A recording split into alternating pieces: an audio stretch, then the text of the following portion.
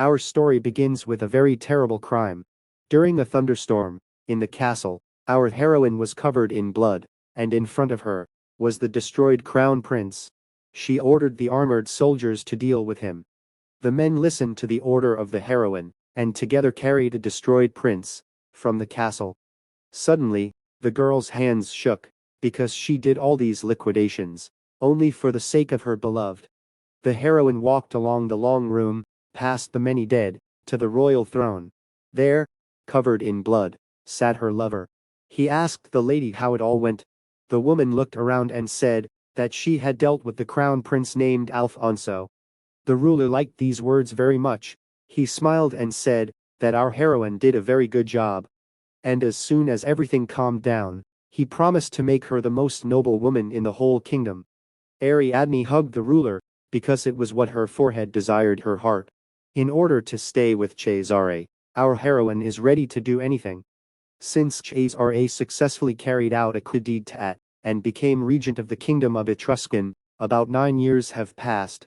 And all these years, Ariadne was near Cesare, playing the role of the one who manages the internal affairs of the palace, trying to fulfill everything that the former queens did.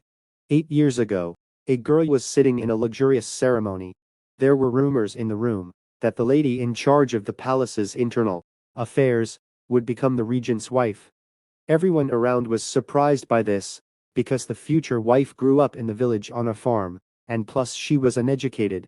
Now some of the women were directly discussing the wedding of the bride and the ruler of Cesare. Even when they said about our heroine that she was an illegitimate child, she restrained herself and her emotions. But when one elderly lady said that Mr. Cesare was not suitable for the role of king, given his impure origin, the girl stood up abruptly and hitting the table to attract attention. She told that lady to shut up. Our heroine was furious at the words she heard. Ariadne seemed to be possessed by a demon. She took the elderly woman by the hair and began to pull it out, telling her to apologize. And to everyone else at the banquet, she said that women would rather offend than her beloved. Suddenly, the girl turned from a demon into a white and fluffy bear, because Cesare entered the room. He saw this picture and immediately ran to the countess for help. He immediately gave the girl a hand, and with his help, she got to her feet. The heroine with huge eyes looked at it all from the side. Then Cesare turned around, sharply, and grabbing the girl by the hand, he said that she was not supposed to behave like that with the ladies of the capital, because he really needed the support of the aristocrats. And then, a phrase was uttered that changed the life of our heroine. Her lover said that the countess was more useful than her. The regent said that Ariadne was to become a virtuous and modest lady, who would not be ashamed to present to society. After these words, the ruler turned around and left the room. All this time, Ariadne tried to meet this condition in order to achieve what she wanted. However, more than 8 years have passed, but the girl was still just a bride for Cesare. After some time, the ruler and our heroine were having fun in the bedroom on the bed. Cesare said that he would take over the power of the deposed crown prince. Ariadne, during the whole process, tried to improve it so that in the future she would certainly marry the regent, and unexpectedly, Cesare said that he was going to make Isabella his queen. After these words, the girl seemed to have everything inside broken. She was shocked by these words. Ariadne pushed the ruler away and said that marriage to a non-virgin widow was blasphemy. Even though Isabella is no longer a virgin, the ruler chose her, not our heroine. Cesare took the girl by the shoulders and shouted that the enemies of women are women, but apparently, even among sisters this rule is no exception. The ruler threw the heroine away and said that she was a vile creature. The girl stood up and knelt before the ruler. She asked if the man still loved her, because he used to say that he would take her as his wife, and they would always be together. The man looked at her and said that she was a stupid woman who constantly interfered with him, and then he called Ariadne and an even noble Isabella. And then our heroine, without thinking twice, guessed that Cesare had been planning this since the moment when the crown prince was alive. The man only confirmed her guesses and said that Isabella was always his, because the strongest man needed the most beautiful woman. But unfortunately Ariadne's father slipped our heroine to the ruler, and not Isabella. This act, the ruler took as an insult and humiliation. The girl dropped below her knees in tears, and asked if she was just a substitute for him. But the man said that she was not even worthy of being a replacement. And even despite the fact that our heroine participated in a coup d'etat for the sake of the ruler, and that she lost her finger for him, and even throwing everything at his feet, he only turned away and said that she had lost her mind. The man decided to lock Ariadne in the western tower. Ariadne had a magical dream, how she, along with Cesare, walked through a green and beautiful garden, how Cesare described and compared the beauty of our heroine with lilies of the valley. In this dream, she was happy. The heroine slept all night on the cold floor in the castle. When she woke up, she felt sad that it was all just a dream. As it turned out, today was the day of the coronation. The song, the ceremony and everything else were prepared by our heroine especially for this day. If Cesare had kept his word, then instead of Isabella, it would now be Ariadne. Suddenly, Isabella entered the room. She asked how the girl slept that night. The bride stood near the window and looked at the beautiful view and how people were preparing for their wedding. Ariadne could not contain her emotions. She desperately asked what kind of relationship Isabel had with Cesare, but before she could even finish, her sister said not to say a word about her husband. Ariadne thought that her sister was angry because of the crown prince Alfonso. She apologized for this. But it turned out that Isabella did not care about him. She spoke of Cesare as a husband. The sister of the heroine said that the status of the most noble woman in the kingdom was created just for her. And after these words, Isabel seemed to have been replaced. Her tone changed, and she said that our heroine should have given up this idea and gone aside. The sister came closer to her. She was outraged that Ariadne denigrated her name, calling her an obscene widow who had an unborn child. Ariadne did not understand why her sister did not miss Alfonso a bit, because he was so kind and sincere with her. The lady said that absolutely all the men she met were kind to her. If she answers everyone for their feelings, she will be known as an ordinary commoner who gives her body and love. And then, Ariadne asked if Isabella loved Cesare, because if so, then they should have been engaged from the very beginning, many years ago. After all, it was she who gave the heroine this marriage. Ariadne began to get hysterical. She asked with disappointment why her sister appeared right now. After a couple of seconds of pause, Isabella said that in those days, Cesare was just a simple count, but now everything will change. Because after today's coronation, the man was supposed to receive full power over the throne, and his beloved wife, respectively, would become queen. Isabel regretted the death of Alfonso, but he could not make her his queen, and this reason is enough for his destruction. And so, Isabel revealed all her cards. She said that she just wanted to take a place near the ruler of the state, and Cesare was able to give her what she wanted. During the dialogue, Isabel went to the balcony, and then said that he paid a decent price in order to get her in return. The heroine got up from the floor. She completely despaired, because Cesare for her was the one whom she valued more than herself. And the heroine guessed that Isabel did not love him at all, and even separated her from him for her own whim. The sister laughed out loud at such words. She said that Cesare himself came to her and began to beg, promising to give her status so that she would be next to him. He never forgot about her, and said that hugging our heroine, he represented Isabel. It was a blow below the belt for Ariadne, but Isabel did not want to stop. She said that because of the large physique of the heroine, it seemed to Cesare that he was hugging a man. Her hair was so black, like a crow, and the big and sagging chest reminded him of a cow's udder. Her sister was the exact opposite. She was so small and delicate that she was perfect for his embrace. To all this, Isabel wanted to protect. Her hair is like noble gold, so she looks like an angel.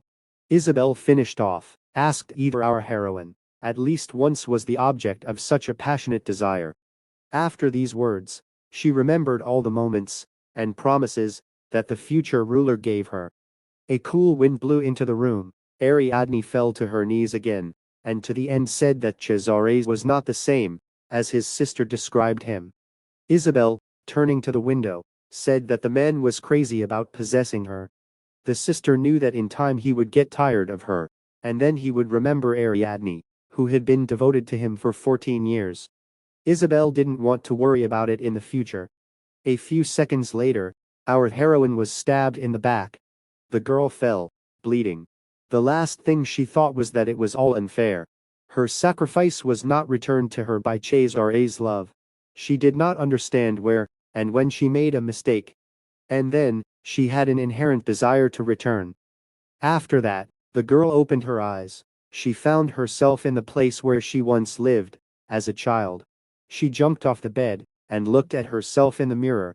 In the reflection, the heroine saw that she was again a child, and after a second, she realized that she had returned to the past. When Ariadne looked at herself in the mirror, a strict old woman came into her room. Hearing how she insulted her and her mother, our heroine decided to defend herself to the very end. Suddenly, another maid ran into the room. She called our heroine and said that they had already come for her. The girl knew perfectly well what was about to happen. Today was the very day when her father would bring her home. Her father's name is Cardinal de Mere. He took the clergy. Like the rest of the priests, he also had a wife and children. However, in the Sanya of Cardinal he could not afford a lawful wife. And the born aristocrat Lucrezia remained with him in the status of his mistress. But she behaved like his lawful wife. The man had 3 illegitimate children. Children were treated as if they were born of wedlock. Among those children, the second child was Isabella. Her father valued the girl more than anyone, because it was she who was sung by odes about unearthly beauty, and was called the main beauty of the capital. On the other hand, there was our heroine. She was born from a simple maid. Because of her status, the girl was expelled from her home to live on a farm where she grew up. Our heroine was brought to the luxurious residence of her father. The girl went into the office, and her father was sitting in front of the dais, and her mother and her younger sister were standing on the side. Relatives looked at each other under the tick of the clock. Ariadne smiled and bowed, and said that she was immensely happy to meet him for the first time, after such a long time. The father was glad that the girl grew up smart, even though in her conditions it was impossible to get a good education. The girl in her thoughts was grateful to him for the fact that he verbally pretended that he cared. Ariadne, raising her head, promised her father that she would work harder and study more in order to glorify his house and not be disgraced in front of his eyes and in front of her brother and sisters. Their mother intervened in their conversation. She said that the dignity of a woman is not to learn and improve, but that she should take care of her parents, brothers and sisters in her youth, and also take care of her husband and her children, who are getting older. Mother asked her not to engage in nonsense, but to behave as befits a true woman. Previously, Ariadne considered her the ideal representative of the aristocracy, but looking at this woman now, it seemed to her absurd. The heroine smiled and bowed and said that she would try her best to live up to her expectations. Suddenly, the door of the room creaked, and Isabella entered the room. When Ariadne heard her voice, her heart beat faster and stronger. Isabella told the girl that if she had any questions or needed help, she could turn to her sister at any time. The heroine turned around and saw her sister. Once Ariadne considered her a heavenly body, she trembled in blessing and wanted to be closer to her. Therefore, the girl followed her with her tail all the time, and gradually faded into her shadow, feeling depressed.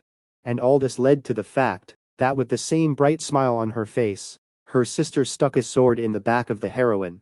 After analyzing past mistakes, Ariadne decided not to live for the sake of others. The girls greeted. Father was very pleased to see everyone so friendly. He was immensely happy. All the girls left their father's room.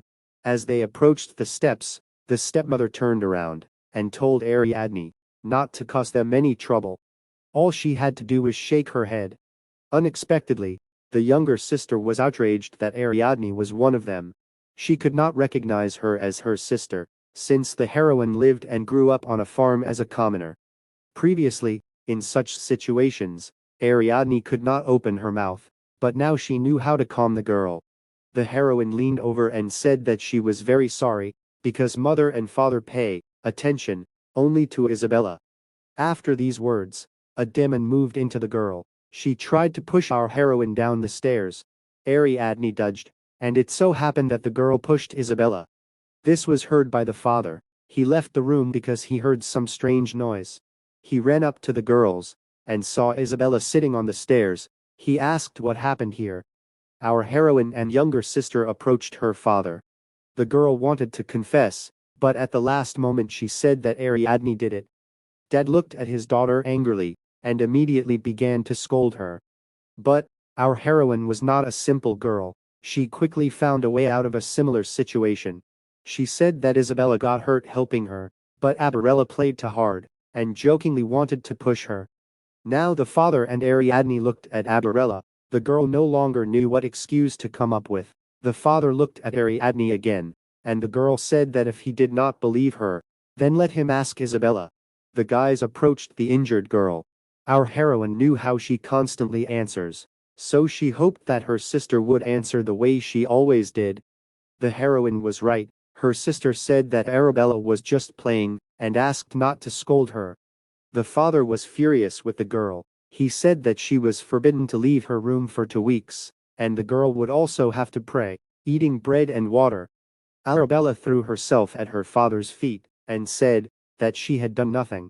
The father did not like such actions at all, and as another punishment, he extended her term to 3 weeks.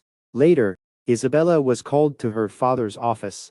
The girl did not want her to marry Count Cesare as much as possible, because there were rumors that he was illegitimate.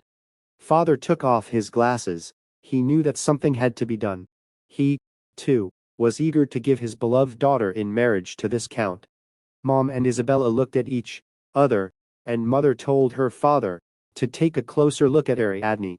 After these words, the father thought, and after a couple of seconds, he smiled and agreed. Our heroine was sitting in her room and doing something at the table. She knew that she was called to this house only to send her to be engaged to Cesare. The girl thought about how to avoid this. There were 2 options: marry another man, or earn money and run away. The first option immediately fell away, because her family would not allow her to marry at will. The second option also disappeared, because getting rich quickly was possible only for male aristocrats. Ariadne felt a little sad that she would not have a beautiful ending where Cesare loves her. Suddenly, the doors of her room opened, and a maid came in. She brought the girl clothes and told Ariadne to change and go down for dinner. Our heroine asked for help from Malada. She told the maid to help her change clothes. Malada responded with rudeness. She told the heroine to do it herself, since earlier on the farm, she changed clothes on her own without any problems. Ariadne grabbed the girl by the shoulder, and turning around, and hitting the maid in the face, she told Malada to know her place in order to prevent this from happening again. And then, emotions took over the maid, and she told absolutely everything she thought about the heroine and her family. Finally, Malada said that if the cardinal liked her, he could easily give her the same child. Ariadne could not stand it. She swung and hit the maid again in the face, so that she fell to the floor. The heroine told the maid to watch her tongue, and then ordered her to get out of here. Malada ran out of the room with tears in her eyes. Ariadne thought about the words of the maid. She was right about something, but now everything depends on her father. But she was not going to make past mistakes. In order for the heroine to become stronger, she would need an assistant. After a while, a malicious stepmother came to Ariadne's room. Next to her were Isabella and Malada. The woman screamed and asked how she dared touch her maid.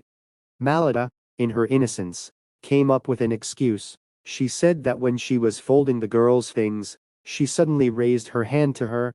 Ariadne bowed and told everything, as it really was. The mother realized that she was telling the truth, and when the woman looked at Malada, she saw how frightened she was, and said that everything was wrong. In the end, Ariadne told how Malada claimed that if her father liked her and gave birth to a child from him, then he would be with the heroine of the same status, and therefore, she would be allowed to address her as she pleased. After these words, It was impossible to keep the stepmother. She was not overwhelmed with anger and hatred for the maid. She took her by the hair and shouted that she would receive 10 lashes for such a punishment. When Malita was taken away, the stepmother approached Ariadne and told her to tell her everything next time. The girl bowed and apologized, and as a sign of repentance, she asked to be sent for 3 days to the Ranbui charity house. She also wanted to take Mallet with her, because of her lack of education, she could not take the true path. Isabella was in the room all the time. She heard what her stepmother and her sister were talking about. After a short thought, she intervened in the conversation and told her stepmother to send them there for 5 days. This girl infuriated our heroine. Wearing a mask, she said that Isabella was right, and it was better to go there for 5 days. After a while, the girls arrived at the charity house. There were wounded, poor or dying people lying around. The place was very creepy. Our heroine did not move her eyes, but Malita was terribly afraid of such places. She was trembling and afraid all the way. The girls went into the house. There were a lot of unhappy people around. Malita was very excited. The girl told the maid that they would be here for the next 5 days. Only the two of them, and Sister Isabella would not be able to help her in any way. Ariadne wanted to go where all the destitute gathered. The reason why Malita was with her was because our heroine wanted to completely subjugate a maid. The girls moved on through the house, Ariadne finding a good spot for her plan. They stopped where the poor who were about to die gathered. Suddenly, at the end of the house, a girl recognized Mallet as her older sister. She called to her and the ladies stopped. This event made our heroine very happy. Ariadne turned in the maid and said that the little girl with fiery hair was Mallet's sister. And suddenly, if the servant will not obey the heroine, she will leave her here, and then she, like her sister, will rot here in agony. Malita was very frightened. She begged Ariadne not to do this. Suddenly, our heroine grabbed the maid by the jaw, and suddenly magical abilities woke up in her. She saw how a girl in a manta came to Malita and her sister. The woman said that she could only take one of them. She asked which of the girls was smarter and more diligent. Malita's younger sister said that the lady had taken both of them as her servant, since the girls had grown up together. But Malita did not think so. She threw her sister away and said that the lady should have taken only her, because Sanka is capable of stealing. Her hands were shaking, and therefore, she could not work normally. The mysterious woman took off her hood, and under it was Isabella. She made her choice. Sanka did not understand what was happening, and as soon as she wanted to ask her sister about it, Mallet immediately closed her mouth. The girl whispered that she would pull it out as soon as something worked. Malita told her sister to just wait for her. Our heroine came to her senses. She thought that it was a dream or an illusion, or the past of those two. And later the girl decided to check it out. She approached the pale and thin girl and asked how she felt. Sanka didn't understand. Ariadne asked the girl a question. She asked or she had a sister working as a servant in the house of aristocrats. Sanka looked away and nodded her head. Having asked the last question, our heroine was finally convinced that what she saw was not an illusion, but the truth. When Ariadne wanted to leave, Sanka suddenly stopped her. The girl asked the heroine for permission to talk to her sister. After talking a little, Ariadne realized that Malita had never kept her promises and had never helped her sister. Ariadne called Mallet and asked if she knew who this girl was. The maid looked away, blushed and said that she had no idea what kind of girl it was. Sanka, hearing these words, asked our heroine to help her. She begged many times and asked to be taken away from here. The girl called one of the caretakers here and told them to give food to Sanka. The caretaker bowed and said that they could not treat the poor in a special way, even though Ariadne was his lordship's daughter. Some time later, Ariadne sat under a tree and complained of hunger. She wanted to help only once, but it was already the 3rd day without food. A pleasant breeze blew. The girl thought about what she saw then. It was as if they were Mallet's memories. After this incident, the girl touched her again, but nothing like that happened. Suddenly, Her thoughts were interrupted by a golden-haired boy. It was Prince Alfonso. He invited our heroine to eat an apple. Our heroine took a treat from the prince. When she finished her apple, she thought that there would be no other great chance to get acquainted. The girl told the prince that she had been starving for 3 days, but thanks to him, she had a little snack. The guide heard how Ariadne gave her food to the child. He asked if it was true. The heroine said that he was right. During the answer, at the same time I thought about what topic to talk to him about. The prince looked at her and said that she was amazing. The woman was even more surprised. And the prince continued. He said that he could not just give away his food. Ariadne agreed with him and said that she gave in because there was tasteless bread. There was no butter or milk in it. There was only the taste of wheat and salt. Alfonso laughed and then asked if the girl would continue to give her food to the stranger. Ariadne said that she was going to help her until today. But since the prince treated her to such a delicious apple, the girl will be without food tomorrow. Such an act surprised the prince. He smiled and took a handkerchief with gingerbread from his pocket and gave it to the lady. The girl's plan was a success. She easily met Prince Alfonso. But she was forced to leave in order to return before her absence from class was noticed. The woman said goodbye to the guy, and as soon as she wanted to leave, the prince stopped her. He asked the heroine to give her name. The girl turned around and said her name with a smile. After a while, Ariadne came back to her father's residence. The evil stepmother had already met her at the entrance. She asked the girl who she had brought with her. The heroine said that she brought her from a charity home. The stepmother did not like these words at all. She immediately began to scream and point out to her. When she was quiet, Ariadne took out Alfonso's handkerchief. Suddenly, Isabella rushed like a bullet and took a handkerchief. She found out that it was Alfonso's thing, and then asked where the girl had this handkerchief from. And then, our heroine invented a story where she said that she accidentally met the prince near the charitable house, because the queen herself came there.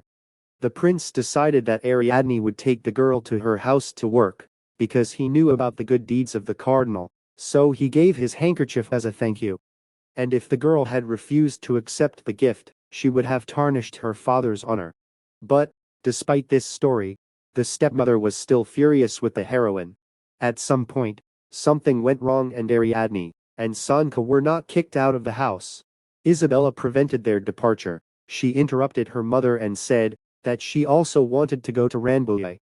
Mom lightly hit her daughter on the shoulder and said that this place was not for her, and if she wants to meet the prince, then it was necessary to arrange a tea party.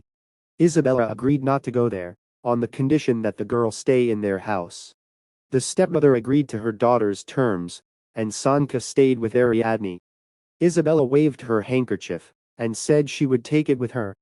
The life of the heroine was still the same as before. Something was given, and something was taken away. Suddenly, Sanka called Ariadne. She thanked the lady for saving her. The girl promised that she would repay her for this. A few days later, the queen invited the family of our heroine to her castle. Isabella was happy about it. Ariadne, passing by, was not very happy about this news, because in a past life the queen never invited them. The girl went up to her room, where her sisters were already waiting for her. They said that the stepmother ordered to collect and dress Ariadne for the exit. The heroine realized that she would also go with her family to the queen's palace. The girl looked at the dresses, and then looking at Sanka, she suggested that she play something. Today, at the liturgy, words about the first sacrifice were raised. The service was held in the native language of Queen Margaret, taking place in the kingdom of Caligo. Neither Isabella nor her mother could make out a word. Our heroine, looking for the queen with her eyes, she looked at her for the first time, because in a past life the girl saw only this image only in portraits, unable to convey the noble aura surrounding her. The priest finished his prayer in the language of Caligo, and to the whole hall, Isabella said Amen. All the ladies immediately turned around, and did not understand what had happened.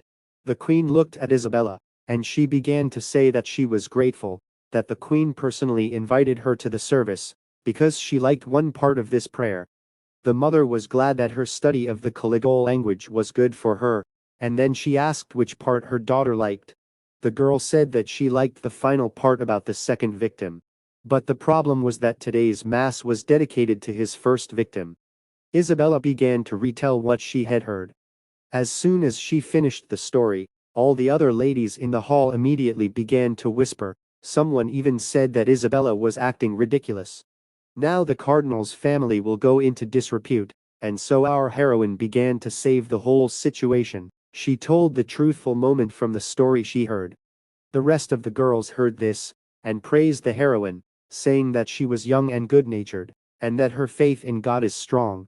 Ariadne breathed a sigh of relief, and thought that this should be enough to cross over her family's lack of education. The queen's personal maid came into the hall. She called all the guests to the table to drink tea later. The queen stood up and cast a glance at our heroine, surprised that she understood Caligul's language well. All the girls gathered at the table. After a couple of minutes, the family of Cardinal de Mere came up to the table.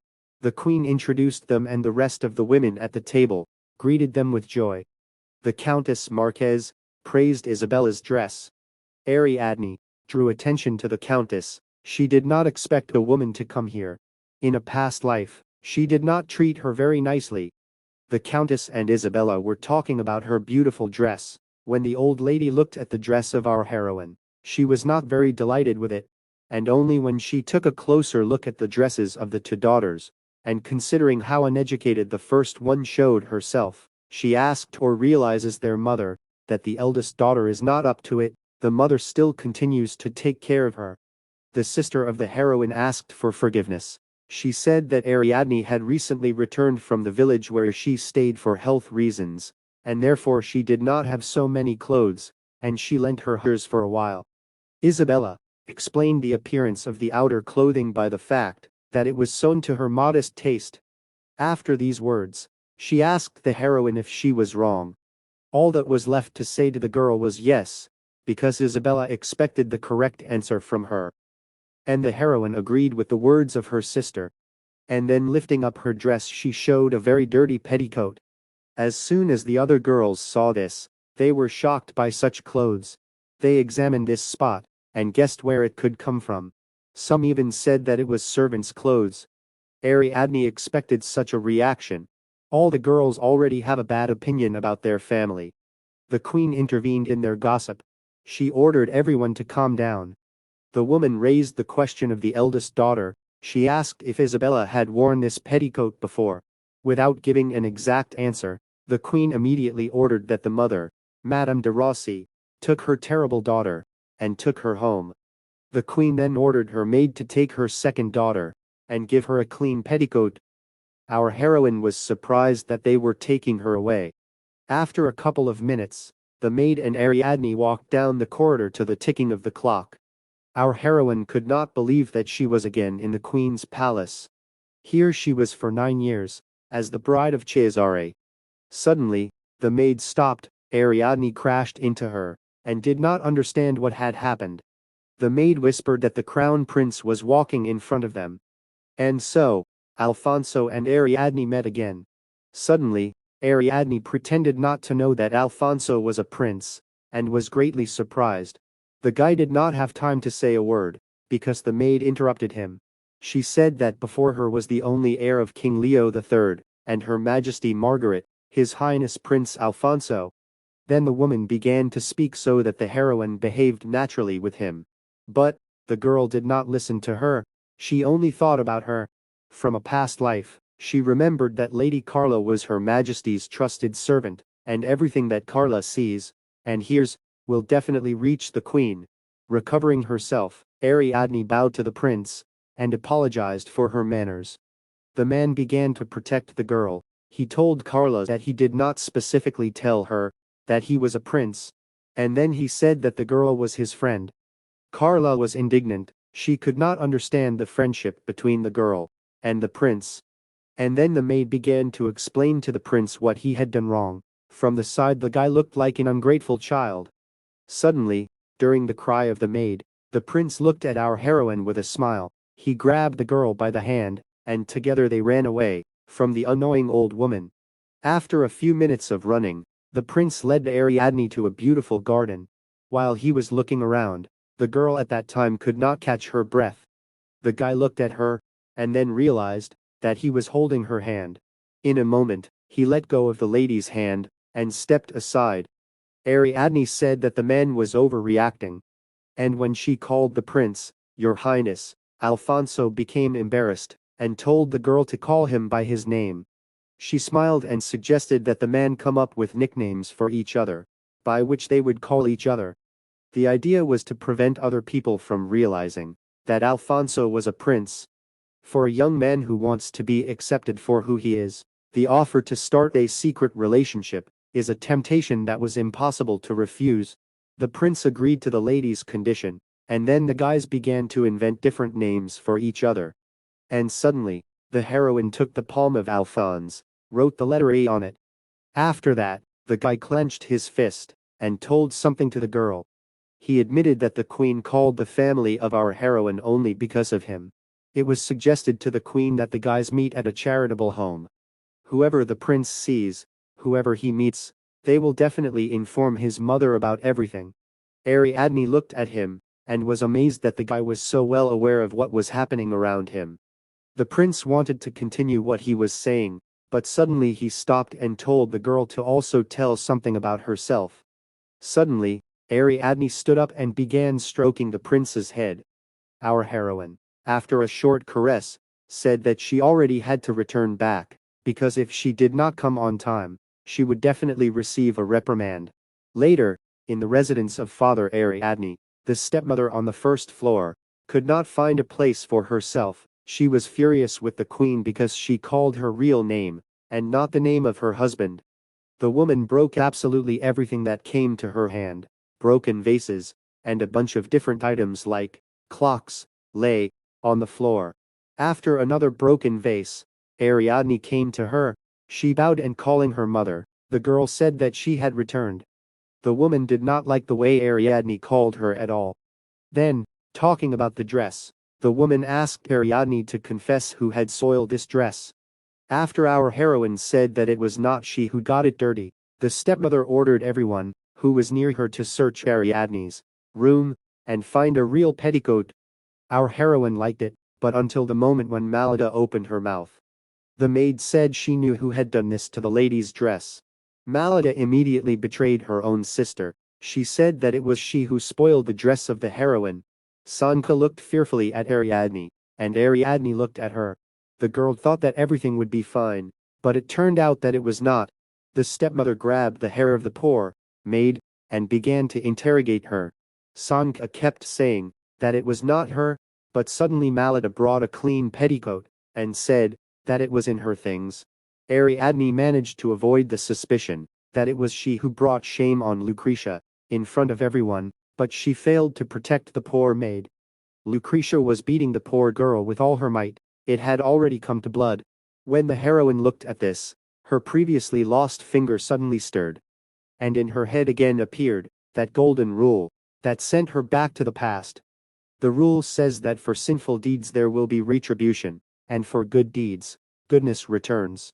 And so, at that very moment, the stepmother took out a pointed feather, and swinging it, she hit right on the girl.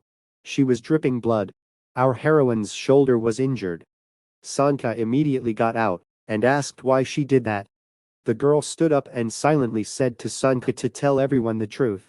The malicious woman did not like such actions at all. She again swung her hand and wanted to hit Ariadne, but this time, her father stopped her bad actions. He complained about the constant noise outside the door. The man saw everything that happened here and Lakentia began to argue with him. During their screams, Ariadne and Sanka quietly disappeared from the place. The girls ran to the heroine's room. Standing against each other, Ariadne told the maid to tell everything as it was to her stepmother. But Sanka did not want to do this. She only said that since the lady saved her life, she would always be by her side. From these words, the girl's tears welled up, because no one had ever been near her, much less supported, and now, Sanka said that she would always be on her side. Our heroine fell to her knees and regretted her intentions, because the girl brought a maid for her own selfish purposes. The heroine, all in tears, rushed into the arms of the girl, and said that from now on she would protect her. She would even make sure that Malada did not touch her. A few days later, everything returned to normal. Ariadne sat on the bed and examined her finger. She could not understand what happened then at the moment, when he moved strangely. Sanka was packing things. She turned around and told our heroine not to touch the bite site, because the wound could be even worse. Ariadne stretched her hands forward and asked if her finger was not very swollen. But the maid said that everything was fine with him, and he could not swell much in just one night. After a short conversation, our heroine quickly got ready for a lesson in Caligo's language. The girls said goodbye and Ariadne went around the house. As she walked past her father's office, she overheard his conversation with her stepmother. For the sake of curiosity, the girl decided to look into the gap between the doors. Her stepmother said that they brought Ariadne here in vain, because she was very stubborn and difficult to keep track of. And then, the father said something that alarmed our heroine. He offered to quickly marry Ariadne to Count Cesare. The only reason Cardinal Domain didn't want to give Isabella to Cesare was because of her high value. The girl was so valuable that it was simply a pity to marry her to him. The cardinal considered his daughter to be the most rewarding investment. To make it more profitable to sell it later, he taught, nurtured, groomed and cherished Isabella. All this was necessary in order to exchange it for wealth and honor of society. The most suitable partner for the exchange was the only heir to the throne, Prince Alfonso. Our heroine firmly decided that she should become more valuable to him. If that's not enough, she's ready to devalue Isabella. Ariadne went downstairs and went into the teacher's office. Smiling, she opened the door and saw how the teacher Romani was teaching to sisters. The girl greeted the teacher and asked for forgiveness for disturbing them. All this she said in the language of Caligo. Like the sisters, the teacher was simply shocked by such pronunciation and knowledge of the language. Romani asked where she studied the language. Ariadne said that among the people she grew up with, there was one person who knew Caligo well. But, before she did not know either grammar or correct pronunciation, that's why she began to study with her sisters. The teacher put aside her folders and said that the heroine spoke another language perfectly, even with excellent etiquette. Romani praised Ariadne. Even the younger sister suspected something was wrong. She thought that Ariadne was doing some tricks. Isabella was not happy about all this. She sat aside and was a little angry with the heroine. She should get the attention. Now she did not do anything, because a little later, the eyes of all the inhabitants of San Carlo will be riveted only to her. Isabella began to prepare for the exit. She tightly tightened her corset, hung up a cross and put on a beautiful makeup. Looking at herself in the mirror, she herself could not take her eyes off herself. In the state of Etruscan, the government of the state was based on religion. Royals and nobles were souls who accumulated a lot of virtue in a past life and received mercy in the present. The common people were those who had sinned in a past life. Noble souls were to guide and govern sinners. That is why in the kingdom, the religion that gives power to the rulers must be absolute. Once a month, an important event was held here. The nobles and commoners gathered together to listen to a great mass, where the cardinal conveys the words of the Holy Spirit. The family of our heroine went into a luxurious white building. The people standing around were delighted with the beauty of Isabella. They looked at her from top to bottom, and could not stop admiring her beauty. And suddenly, people switched to Ariadne. She was all inconspicuous, in a black dress and a grey cross. Isabella considered her wretched. Our heroine did not pay attention at all. She knew that if the events of today happen, then everyone will forget about Isabella. This will be an event that used to be decisive. It led our heroine to be engaged to Cesare. Then Leo III saved the cardinal, who was in trouble because of this incident. His Majesty made an offer to his father, as a payment for help. He asked him to be a force for Cesare. And just like that, our heroine contacted Cesare. And if she fails to change the past from now on, then she will again have to marry Cesare and repeat everything again. The girl prayed that on this day everything would go exactly the same as in a past life. Cesare was the most handsome man in San Carlo. He had almost everything: expensive jewelry, outstanding breeds of horses, beautiful women. First of all, he was the favorite son of the king and his adored mistress Countess Rudina. It was clear that everyone envied the guy. The man looked at the cardinal's family. Among them, he saw the beautiful Isabella. Cesare thought that someone like him deserved such a beautiful girl, and soon she should become his wife. He thought about trying again to ask the cardinal for her hand in marriage. And at a meeting the following month, the guy decided to try his luck by telling his father about the upcoming wedding. Suddenly, his attention was drawn to Prince Alfonso, who was talking sweetly to his father. It terribly pissed off the guy. Cesare understood that, being illegitimate, he could only be recognized as the heir to the king, in his mother's secret room. Cesare turned around and continued to look at the arrivals. In the crowd he saw our heroine. The guy turned his head and asked his mother for a girl in a black nondescript outfit. Mother told him about Ariadne. She also brought him one piece of news. She said that Ariadne had already managed to attract the eyes of Queen Margaret. Cesare did not understand what could be special about our heroine. His mother told him not to judge a person by the cover. Given that she was able to please such a fastidious person as a queen, she was not so simple. Continuing to watch from the balcony, Cesare saw the apostle Acereto walking below. This apostle gained great fame among the poor and needy. Through his mouth, the man spoke the previously unheard of heresy, that even the most humble sinners could become sons of God, if they only learned the teachings of the Holy Spirit and followed them in their present life. According to him, every lowborn could receive a high status. Approaching the microphone, the apostle Acereto began to talk some nonsense. From his words, not only the people were horrified, but also the cardinal himself. The people understood that the man was saying statements that contradicted the Bible, and some wanted to stop him. After listening to his speech for a short time, the cardinal guessed that this man was a heretic.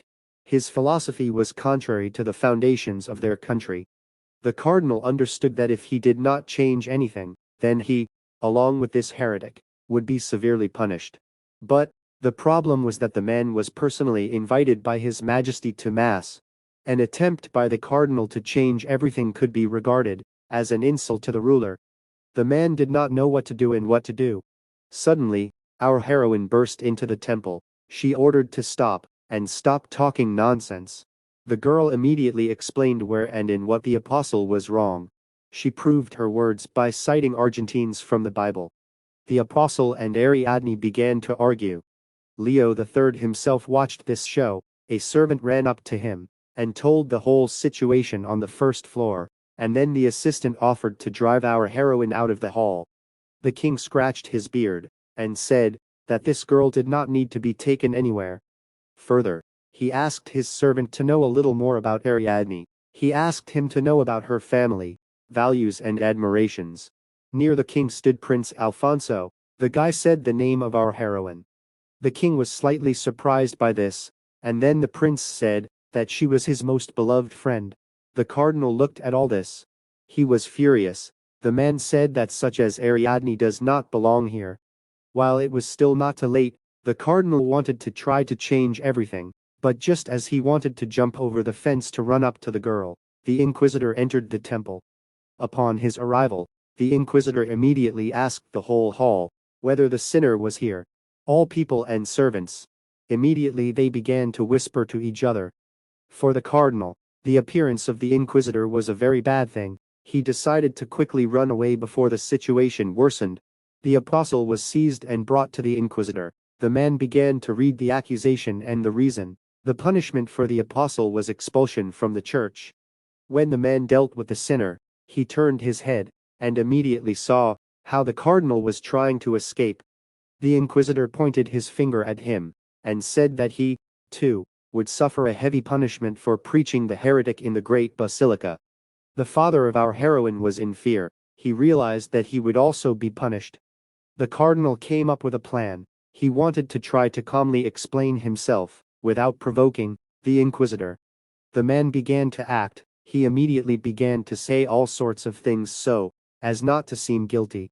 Behind all this, Ariadne watched from the side. She intervened in their conversation and said that the master listened to her. The sermon of the apostle Acereto, the appearance of the inquisitor to punish him, all these events have already taken place in the past life of our heroine. And from that moment on, the gambling began. The inquisitor was unhappy that some girl from the lower class interfered in this matter. Ariadne, not a bit offended, spoke about herself, and then added that her father did not intend to cooperate with the accused Alejandro. He was only afraid of the heresy presented by him, and therefore prepared for a refutation. After this phrase, the cardinal grabbed Ariadne by the shoulders and told her to stop saying this and speaking out so freely. The inquisitor thought that everything that was happening was a joke. He was unhappy that the cardinal called the heretic to read a sermon, as well as the fact that he brought his daughter here, who turned the mass into childish games. Ariadne realized that this man considered this to be rude, but if she did not stumble in front of him now, then her plan would fail, and this only meant one thing: she would be finished. The girl immediately took control of the whole situation, and after a moment she began to justify her father. Ariadne said that she behaved this way only out of respect for the head of the church, because he personally invited the apostle to San Carlo. And if the cardinal objected before the sermon began, His Highness would react very badly. The inquisitor had nothing to say. Our heroine understood that now everything was going like clockwork, and she continued further, saying that since her father was deeply concerned about the ideas of the apostle, he had previously collected all the evidence of today's sermon for public refutation. After these words, Ariadne looked at her father with a smile, and hinted to him that he also say something. The cardinal understood his daughter's hint, and emotionally defended his rights. After hearing this, the inquisitor wondered if the family was telling him the truth. The father immediately confirmed his words, telling how his daughter, in the middle of a sermon, stopped the villain, and defended the good name of San Carlo. And if not for the act of Ariadne, the rest would have listened to the heretic until the arrival of the inquisitor. The inquisitor to the whole hall said that his business here was over, and after that he packed up and left. Our heroine stood aside. She was able to prove her worth in front of all the inhabitants of San Carlo. But the most important thing was that she was able to eliminate the reason for the engagement, and now it was possible not to marry Cesare. In the king's auditorium, His Majesty was pleased with the spectacle that Ariadne had prepared for him. He liked everything so much that he thought about checking for a decree. The king decided that our heroine deserved a good reward, but what? The king's servants suggested that he give her various ornaments, or dresses. And suddenly, unexpectedly, the king said that Ariadne would suit the blue heart of the depths of the ocean. It was a large and rare blue sapphire. The legend about him said that a flock of dolphins swam to the shore and, leaving him there, immediately disappeared. Deep beauty, combined with mysterious legends, gave uniqueness to the stone coveted by all lovers of luxury. This sapphire became the most coveted jewel for the Countess Rubina, the mistresses of the king. The servant was shocked by the offer of the king. He said that this gift was too valuable. But the king knew that Rubina desperately desired this stone, and therefore, he became interested in giving the sapphire to Ariadne. She would return it after she got married. The king planned to marry his illegitimate son Cesare to Ariadne. After yesterday's events, the next day, Cardinal called Ariadne to his office. The father, standing at the window, asked the heroine where she got such ideas from. Ariadne said that she read a lot of books that were in her father's library because she was bored. The cardinal could not believe it, and understandably so, because these are not the kind of books that a 15-year-old child could comprehend on his own. In order not to seem stupid, Ariadne told her father about the books she liked. The cardinal listened to his daughter, and turning to the window, he said that the priests studied theology in a large temple. He invited Ariadne to visit this place. In order not to expose her true intentions, Ariadne refused this offer, saying that she would lack knowledge. The father, having decided nothing, simply let his daughter go, and when she reached the door, the cardinal turned to her again. The girl thought that her father still had doubts, and turning around she heard her father praise her. In the castle, Chase Ra drank alcohol. He drank many glasses of wine, and there were empty bottles of alcohol on the table. His mother came into his room. She told all the rumors about our heroine. She was religious and was called the savior of San Carlo. Chase Ra did not really want to listen to his mother. He continued to pour wine and drink. Having finished the glass, the mother said that the future wife of Cesare should be the embodiment of virtue, because he would soon become king. After these words, Chase Ra put an empty glass on the table, and told his mother to come to her senses, because Alfonso had already taken the place of the heir. The mother was already tired of the guy's whims. She told him many times that his father loves him. Chase Ra was furious with such love, because if he loved him, he would not have given him a meager title of nobility, and a palace without inheritance. The mother could not stand it and threw a glass past the guy. Fortunately he flew past Chase Ra, and hit the wall. Then she grabbed her son by the collar, and hugging her, the woman said that Chase Ra would definitely become king. She released her son and changed the subject. The woman heard from someone that the king was going to give Ariadne the blue heart of the blue ocean. The son knew that his mother really wanted to get this jewelry, because the astrologer told her that the person who owned it would definitely become a king. And when his mother becomes a woman, under the king Chase Ra, will be a true son. The woman approached Chase Ra and asked him to retrieve the stone. On the same day, our heroine received a letter from the queen. She asked Ariadne to come to the palace to receive an award. Our heroine put on a luxurious dress, and her father personally brought her to the queen's castle. Finally, he told the girl to behave quietly and modestly. Walking to near the windows, she saw her dress in the reflection of the window. After looking at herself for a short time, this outfit seemed too simple to the woman.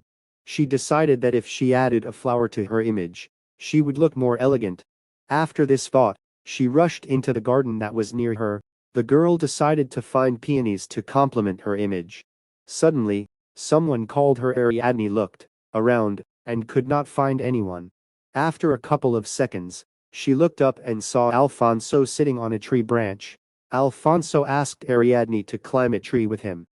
After a couple of minutes, the guys were sitting on the same branch. Suddenly, Alfonso noticed that the girl was in a white dress, and so, that she would not get it dirty, the guy asked the girl to climb on his lap. Our heroine was not going to hesitate, because thanks to Alfonso she will be able to escape from both Chase Ra and her family. Ariadne sat down on the guy's knees. During the transplant, her heart suddenly began to beat faster and stronger. It turned out that the prince simply transplanted the girl, so that her dress would not get dirty. Then, Alfonso told how that day, his father praised the savior for a long time, and was very upset that he could not award the girl with a knighthood.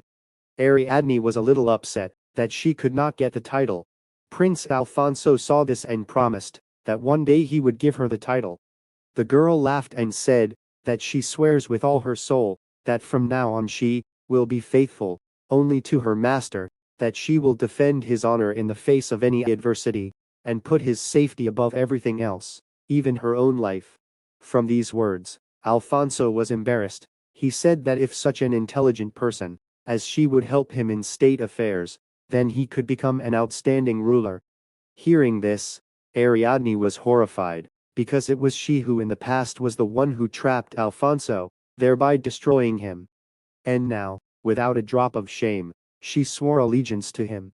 If the prince knew what sin our heroine carried on her shoulders, he would immediately stop.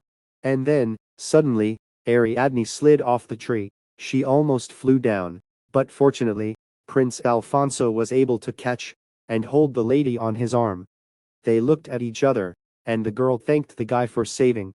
After this incident, Ariadne's heart for some reason began to beat even faster. The prince, looking at the lady, asked what she was looking for in this place, because it was impossible to get into an audience with his mother on such a road. Ariadne said everything as it is, that she went to look for a flower for her outfit. She considered it too simple. Alfonso approached the heroine and said that she was beautiful. The girl was embarrassed and began to dissuade. She said that she had no jewelry, and the outfit lacked grace.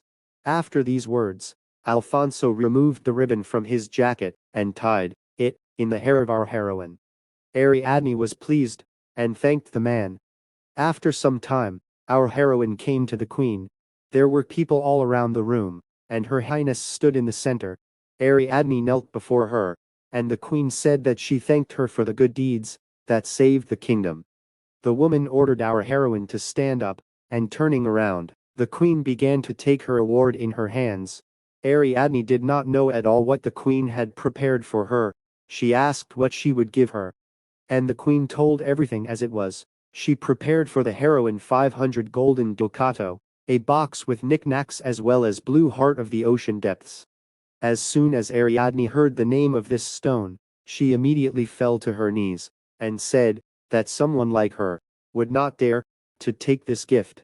Everyone around did not understand how to refuse this, but the girl had her own reasons for this. She understood that anyone who wanted to get this jewelry for themselves would become an enemy for her. The queen understood why she refused, but it was her order, and the girl could not disobey him. The queen leaned over to the lady and told her to moderate all those who were so desperate to get the stone. The heroine had to find a balance thanks to which they themselves would restrain each other. But Ariadne did not want to accept this gift until the end. She asked the queen for something in return.